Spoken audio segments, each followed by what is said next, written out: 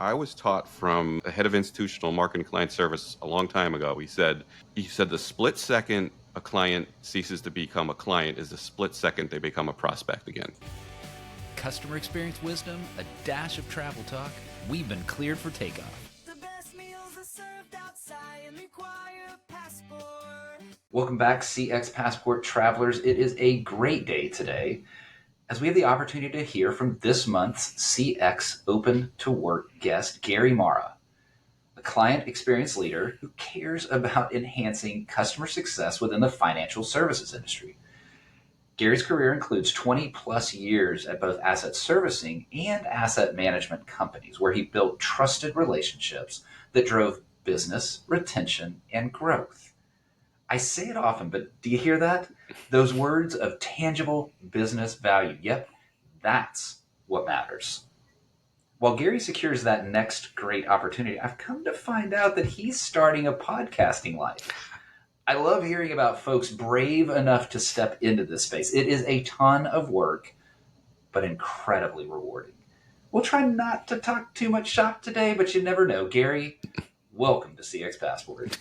Thank you. Thank you so much for having me. Appreciate you having me here. And do you hear that, listeners and viewers? Viewers, you see it, but listeners, you hear it. Gary's got the setup. He's going to be the podcaster. You can hear it absolutely. Gary, Okay. I ask this of every open to work person, right? Just off the bat, when it's the CX space, what is it that drew you to customer experience? There are a whole host of areas that you can play in this business world. Why is customer experience important to you? And it's really a matter of the impact that the business relationships that I built and my coworkers and colleagues have built over the years have on the business results. So institutional investment management and asset servicing is, it's more of a B2B thing, right? It's Right. not a customer thing. We use the word client, not customer. And these are very big relationships with a lot of assets under management or custody and large revenue amounts, very high profile. These could be state pension plans. You could be having a relationship with the state treasurer, chief Yeah. investment officer, treasury office, large university endowments. And really, you're maintaining a relationship with these customers that are very high profile for everyone. And there are a lot of people involved on both sides of the issue, on both sides of the relationship. And I learned that early on. I started on the asset servicing side of the business, and my first real client exposure just happened to be I joined a group with the two largest pension funds in the country. Oh, okay. Welcome. So, well, you're right. So these are and they still are the California state plans, the California state Okay. teachers plan, and the California public employees plan. And those, I mean, they're at like 400 and 300 billion today. Yeah. They were huge back then, and we had teams dedicated just to them. And you do work in dedicated client teams, but this was such a unique team because they have very unique needs, and that you know drove the point home of how important these customer relationships are and how the client can and should drive everything you're doing. In those roles, it's sometimes easier when you have the power of such a huge client behind you to motivate people to do things. Yes. But it really drives the point home. These are relationship driven businesses, and that is super important to keeping everybody on focus and keeping the goals of your team and your colleagues, keeping everybody on track and keeping everybody Yeah. working toward those common goals. And it's not that easy. It's a lot of work. And you're dealing with customers and clients every day, meaning you're talking to them every day. You're literally face to face these days when we could do things like this. Right. In the old days, it was the phone and the dial-up conference calls and Bing, who's there, doing the roll calls. No. I don't want to Yeah. even think about those days, but yes. Right. So we did a lot of that. But again, it's like, so you're listening, you forget the voice of customer programs. We were the voice of customer programs and still are, right? Because we're listening to the actual customers every day, right? You don't necessarily need a persona because you're talking to the personas, you're talking to the people. And so part of that job is managing those people, those relationships. And, everybody's a little different. So all these clients are very similar, Yeah. but a lot different. So that's a big part of it, and helping your colleagues through that when somebody new's coming on board, et cetera, Yeah. of what's going on, what's important to this client, etc. So that's really where all this kind of comes from.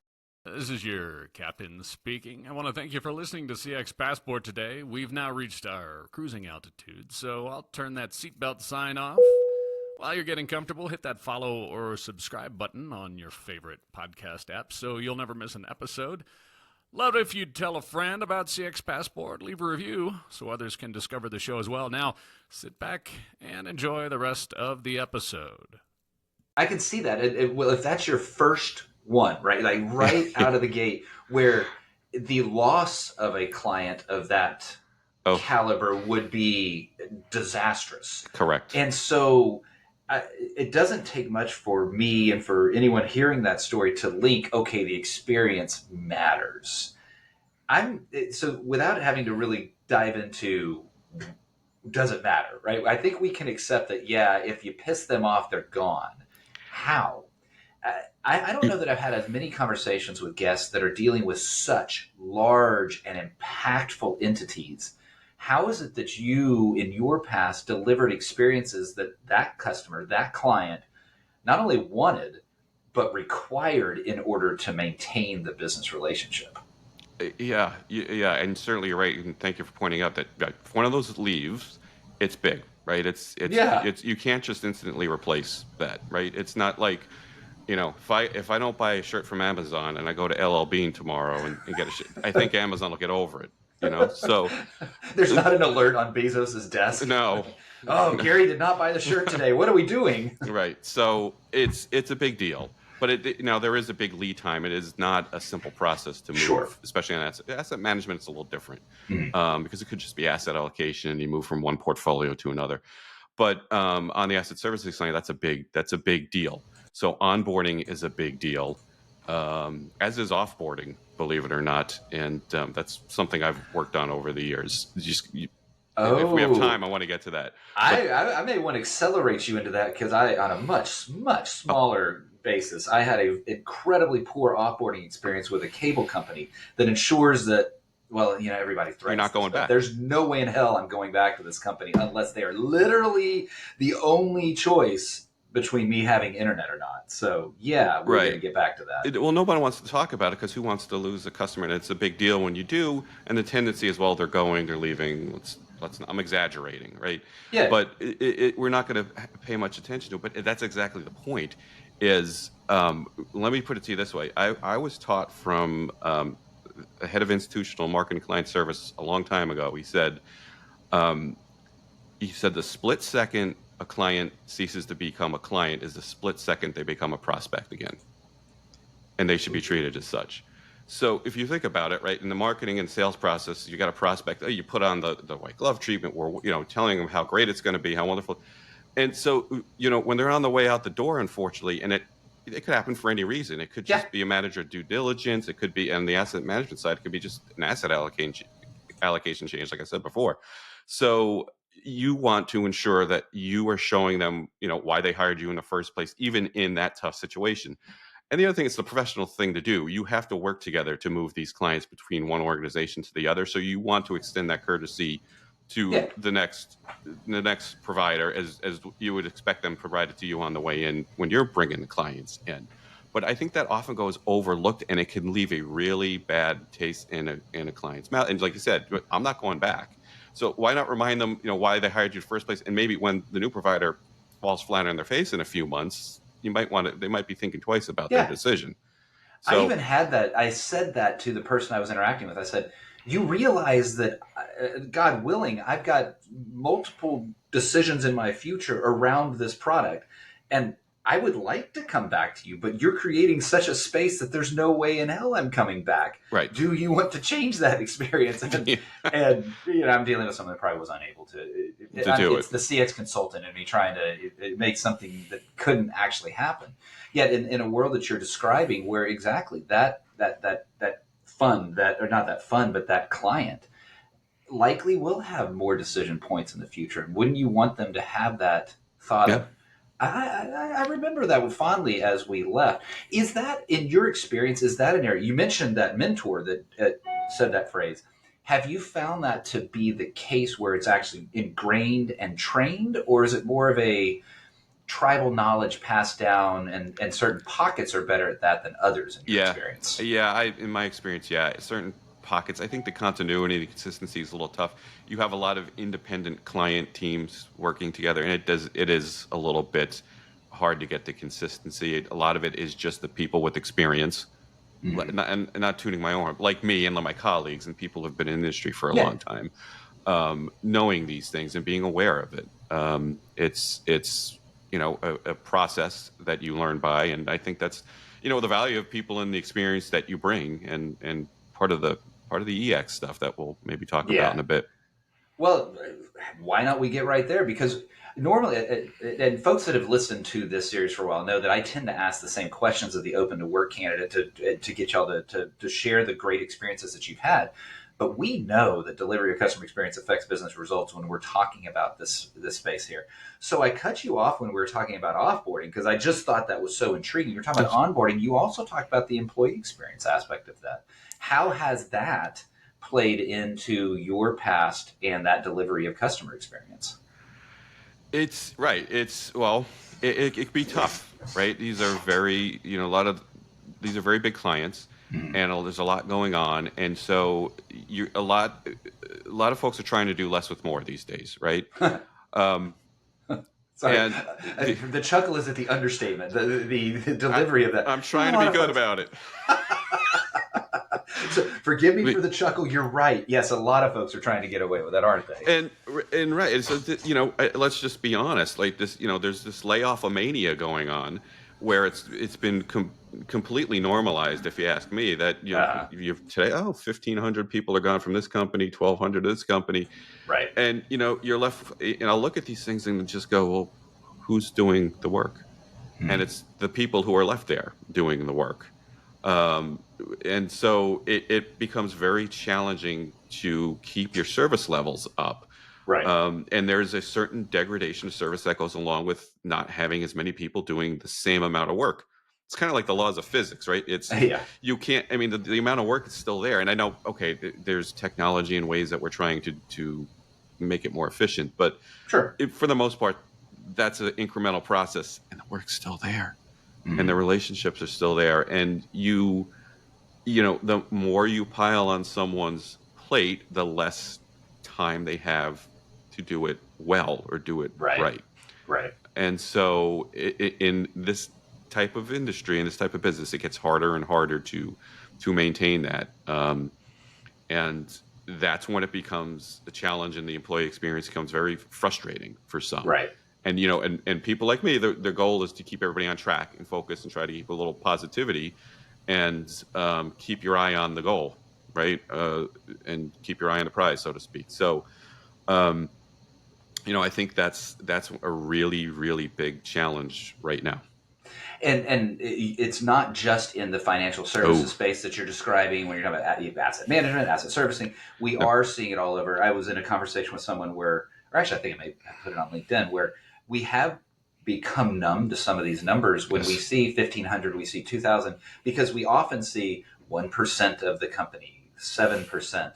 Well, but to that person, it's 100% of them, and Them. that really does impact the overall employee experience, both for, well, sadly, the former employee, and then those who are left behind to continue to try to deliver the experience that the brand promise has been putting in place. Can we go back to something that you did mention, and I took you straight to offboarding because it just Mhm. caught me in a way that I wasn't expecting. Mhm. Onboarding is a more traditional point of awareness that that's where an experience and the cementing of a relationship can take place. Yet you've probably experienced, I know I have, there's a wide divergence in how good it is. In your past, how have you seen it done really well? What does it take to onboard, especially when we're talking about client experiences like the size you're describing? What does very well look like in onboarding? It's a lot of preparation Okay. and coordination and discipline to a set process and processes, and communication between the teams.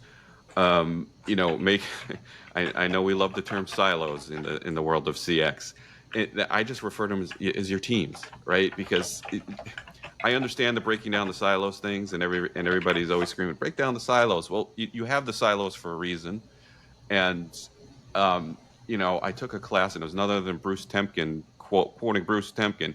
If you don't have the silos, you have chaos in these organizations. So you Okay. need the teams, and you need distinct specialized functions, but you need them working together and communicating. And that's really like what someone like me does, is bring those folks together. And so when you have an onboarding like this, you have to, one is the experience. You Hmm. need to have gone through it. Number one, but number two, you're working with a project manager and multiple teams internally and multiple teams externally, and you have to have that process down and have a regimented um, meeting schedule, task list, and set of tasks and deliverable dates that are reasonable. Don't just try to impress them, but don't, I hate the saying, under promise and over deliver. Get a reasonable Yeah. deadline How about just that promise and deliver? right that you need to meet, Yeah. and the expectations of the client need to be set accurately, because they need to be part of that process, Yeah. and it is a lot of time and effort on their part. And my wonderful colleagues in marketing and sales will tell them we'll make it as seamless for you as possible, which we'll do, but there's a lot of time and effort on their part and their teams to do such an event. It's a 3 to 6 month process, quite often, and it's a lot of work. So you have to be honest about that, and get your focus and on your task list, and make sure you're meeting those goals. And if you're not, you got to do something about it. You raise your hand, raise the flag, or whatever you're going to do. But it's just a constant communication, a constant monitoring of the correct goals and tasks.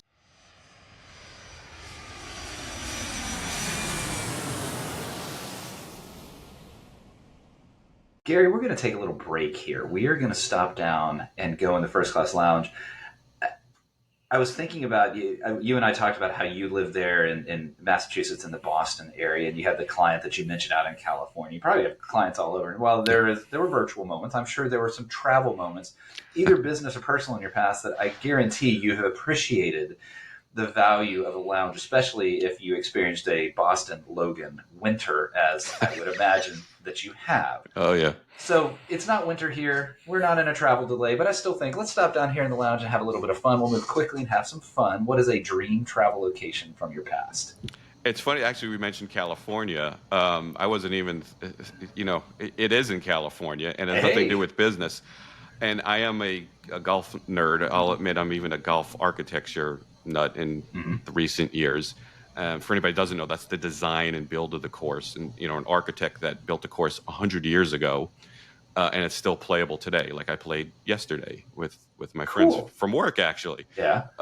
Well, so my destination is Pebble Beach, California, and this time Uh, I will actually play the course because I have been there.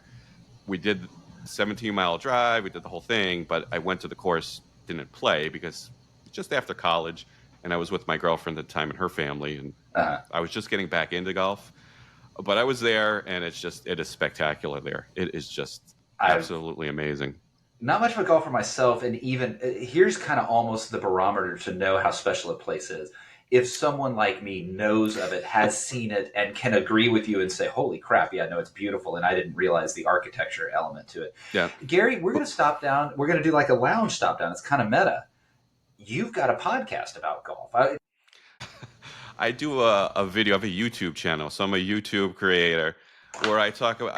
I actually also manage an online society for a golf game, and Okay, it talks about golf. I design courses in the game, so there's a lot of folks. online golf architects. And they're my age, about my age. I'm not kidding. Yeah. So it's not like an audience of 20-year-olds.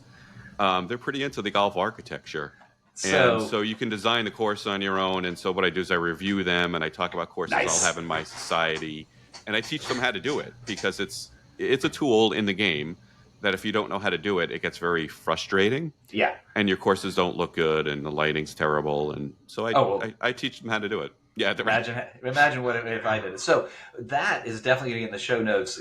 Not only is the Pebble Beach the dream travel location that's going to be, we're talking to a guy who's got a YouTube channel about designing courses, which is really cool. Now we're going to get back to the lounge here, Gary. What is a dream travel location you've not been to yet? All right, now it's not going to shock you that the dream golf Ah, vacation is Scotland and St. Andrews. and Oh, East Lothian, the coast. And yeah. I say this. So my family's not a family of golfers. My wife's not a golfer. The kids are not into golf. So it is a dream vacation because I don't know that it's going to happen because I'm not dragging them there for 2 weeks if they don't play Hey, golf. So, well, everybody deserves a solo vacation. It's all right, 2 weeks in Scotland. I don't know, but it's amazing. I mean, it is a Yeah, magical place. If you just look at the look on people's faces when they go there and they take a yeah, picture on the bridge, or even the pros go right. there, and the women played their open there uh, for the first time, and just it just the way people talk about it, Mm-hmm. it's just a great place. And I heard there's some distilleries and castles You've and things heard. there Yeah, as well oh, that okay. might be worth a Something on visit. the side. Yeah, get me on the Isle of Islay, and I'm a happy man for sure. Well, let's stay in a similar space. What is a favorite thing of yours to eat? I'm going to go. I mean, the easy answer would have been steak or something like that on the weekends, but I'm going to go. I'm actually from New York and come from an Italian heritage, so I'm going with pasta fazool. Okay, and it's Okay. not. It's so most people. It's if you go to a restaurant, you'll see it's pasta e fagioli. It's Yeah. not in New York. And I've learned it's actually from people from around Naples. It's Okay. pasta fazool. Okay. Okay, and it's pasta and beans, and you can make it in a whole lot of different ways, different types of beans. Some people make it more like a meal, some make it more like a soup. Yeah. But it's a comfort food. You make the pasta, the beans, obviously you got the garlic, the onions, and the whole thing with a little pancetta or bacon. And I put extra pasta in it. That's just the way my family made it because Yum. that's just the way they Sure. rolled. And it's just a great comfort food I for like this it. time of year. Yeah. And pretty easy to make. Even I can make it. Yeah, well, there you go. Okay, is that the threshold? If Gary can make it, we all can. All right, Gary okay, got it. test. Yeah. So let's go the other direction. What is something growing up that you hated as a kid, but you were forced to eat? So, flounder. My dad. Well, My that's a dad. unique one. Okay. Well, my dad. So my dad was the fish fry guy, and so Yeah. on Fridays we still did. And this is kind of the Catholic thing. People have realized, people know no meat on Fridays for Lent, and that's kind of even gone by the wayside. But in the old days, it was no meat on Fridays. It's the reason the filet of fish was invented. You got it. So he was the fit. They didn't have much. He grew up in the Depression, and Uh-huh. so he was fish fry guy.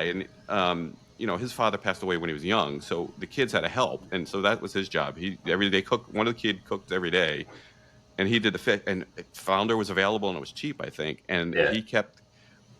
he would do that on Fridays, but we would alternate fillet of fish and pizza on every other Friday. So when it was Fish Friday, it was not a good thing because I'm looking forward to the Pizza Friday. So and it's not a good. It's just the texture of that fish is very mushy. Yeah. If you're not into that kind of fish, no way, and especially as a kid. That's not not a as a kid who wants kid-friendly. pizza. No. No, yeah, So, pizza or fish, I get so it. yeah, we love fish. We still do the Friday fish occasionally, and Yeah. flounder's not on the rotation. It is blocked from the list. Gary, we're going to have to leave the lounge here. What is one travel item, not including your phone, not including your passport, that you will not leave home without? Gosh, in the sake of TMI, I'll give a public service announcement. Unfortunately, it's my CPAP machine. So if people don't know, sleep apnea, snoring is not necessarily normal, and what happens is your airway is obstructed, and you're not getting oxygen, and so your heart is working overtime. Yeah, right. And so when you go to the doctor, they put the little oxygenation thing on test, and every time you go in, and it's usually 98, 99. Well, mine was down to 78 Whoa! while I was sleeping, which means your heart is working. That's what happens. Yeah. So you're not resting. Your heart is working overtime when you're supposedly resting and sleeping. It's not good. That thing comes with me everywhere.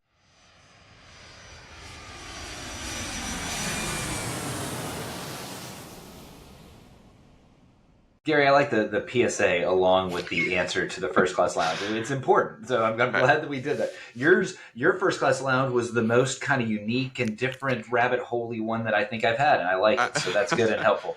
Let's. I want to go back to CX a little bit here. What is it? We talked about a lot of things that are going well or things that to focus on, but in today's world, what are companies missing in customer experience, and how can they improve on it?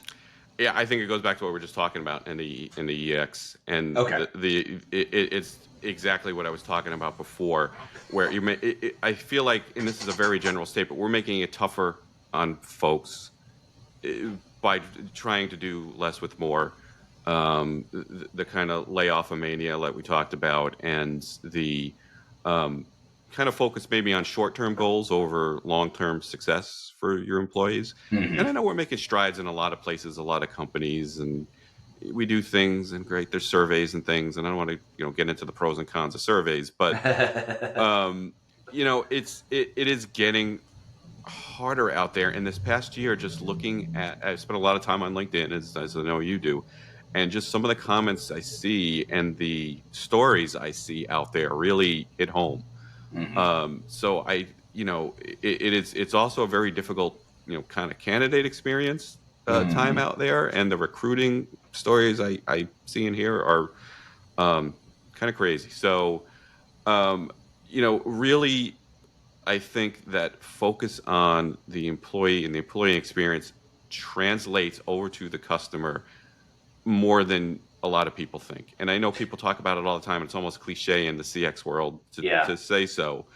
Um, but I've seen it Yeah. every day when somebody's frustrated in their job and they're just got too much to do and too little time to do it. It comes across. It really It, does, and it, it's a challenge.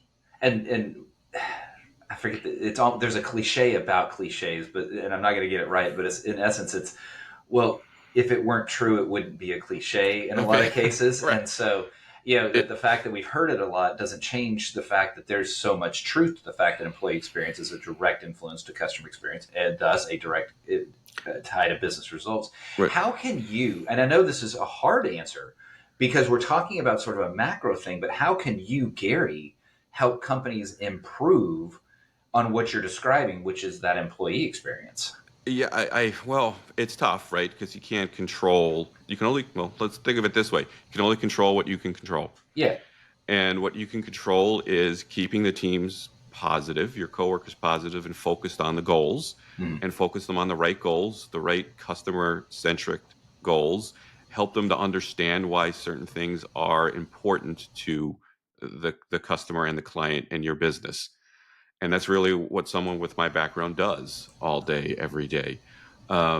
It's really just about aligning those teams and getting those, and I'll use the CX word, those silos to be working together and cooperating and trying to keep them um, energized and a little bit positive. Mm-hmm. And the other thing is make sure you're complimenting them, and giving credit, and Yeah. Yeah. telling their managers what a great job they're doing, because you're doing so many cross-functional collaborative things and tasks. Mm-hmm. You get a first row seat on, are they doing their job well or not? I'm saying your internal Right. colleagues. So one of the things I always remember to do, especially at year end by that time, is to make sure I told folks what a great job person X did, or what they a great job they did on this project for client Y. Mm-hmm. Make sure you're including that positive feedback in the equation. So, I like that I you. think Yeah. that's the best way a customer focused professional can contribute to that, is to make sure everybody's aligned and keeping their eyes on the road ahead. I like what I love about how you answer that one ending, being positive and how you can be positive towards the others. And is that idea, there's not the woe is me, right? The macro thing is there. It's real. It's hard. It's difficult. It's a challenge. But then what can the individual do? And that's right. So what's next for you as you are looking for that next great thing? What's next for you with customer experience? Yeah, good question. And I'm certainly keeping an open mind. But I just want to take that background that I have and apply it to something new and interesting, maybe a little bit more entrepreneurial than I have in the past. I'm perhaps an MBA, so the All entrepreneurial right. thing kind of goes with it. But that could mean fintech. It could mean private wealth and financial planning, Mm-hmm. which is an interest of mine. It doesn't have to necessarily be financial services, but I think taking that background and applying it somewhere that's going through transformation, like those two areas, Yeah. is a great place to think about, and I have been. Everybody talks tech and fintech, but don't forget the financial planning aspect of it and wealth Right. management. In the old days, people would think of wealth management and things like that as high net worth people, people with 10, $20 million in net worth. Well, they need financial planning for certain reasons, like tax and things like that. But they're not going to worry about paying for college, where most people need to have a financial plan Yeah. and plan for Yeah. college and retirement and things like that. And so I think there's a big push to that. I believe they call it the mass affluent market to get people the planning they need. Yeah. And realize that they could use a financial plan and things like that. So that interests me as well. But it's and especially given how that specific one there at the end, customer experience, because that can be somewhat easy to switch, right? And so if you're not, if your advisor is not delivering the experience that you want, you're off to the next one. So CX That's right. definitely applies there. So Gary, it has been a delight having you on the show. I'm excited to talk to another podcaster. What is the podcast if folks want to know a little bit more about that podcast? Yeah, thank you for the opportunity to talk about it. It is going to be basically the focus of my career is customer experience and customer success, really, because my role has been more of an enterprise customer success manager. So it's tentatively called Your Customer, Your Success. Okay. And we're not going to talk about just CX. We'll talk about really how you're building these experiences and people who have had success building them in other areas. And it's not going to be just financial services, but it's going to, it's there to really educate people, help people, maybe some people that are newer to this world than others, and maybe, people that are listening to your podcast. There are a lot of people out there that still don't know much about the CX world, believe it or not. Oh yeah, no, I believe it. There is a maturity level index scale. I meant to look it up before I talked to you, but from Qualtrics, that it's astounding, and that's just the people that they've surveyed. There are people that just don't know much about it. So I think it's to be a little bit newer audience, educate people on ways to make not only the customer experience, but I think a big focus on the employee experience and the candidate experience as well, because I think that's a little bit of an area where we're all struggling as well. Yeah. Candidates and recruiting. Yeah, I'll definitely get that in the show notes. Folks can click on that and get to that, Gary, once that's out and published. I also want folks to be able to know if they want to get in touch with you to learn a little bit more about your customer experience approach or your new podcast or the golf video series or any other way that they might want to get to know you or get to know a little bit more about you. What's the best way for them to get in touch? Yeah, so certainly there's LinkedIn. I'm on LinkedIn constantly, but I have my own blog. It's marracxhub.com. And so there's a blog out there, and the golf thing on YouTube, it's GeForce41 is my handle. So love to see you there as well. Awesome. Well, folks, I'll get all of that into the show notes, and it's an easy link for you to click and head over to get to learn a little bit more about Gary and connect with him and explore more. Gary, it's been a treat having you on the show. I hope that there is never a flounder in your future. I do hope that you get and enjoy, certainly that you enjoy and enjoyed all of the golf courses that you have had an opportunity to be a part of, and that someday you get to see St. Andrews as well. Gary, thank you for being on CX Passport. Thank you so much for having me.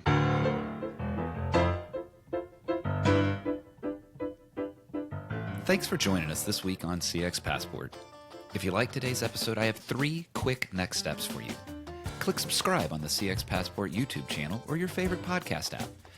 Next, leave a comment below the video or a review in your favorite podcast app so others can find and enjoy CX Passport too. Then head over to cxpassport.com for show notes and resources that can help you create tangible business results by delivering great customer experience. Until next time, I'm Rick Denton, and I believe the best meals are served outside and require a passport.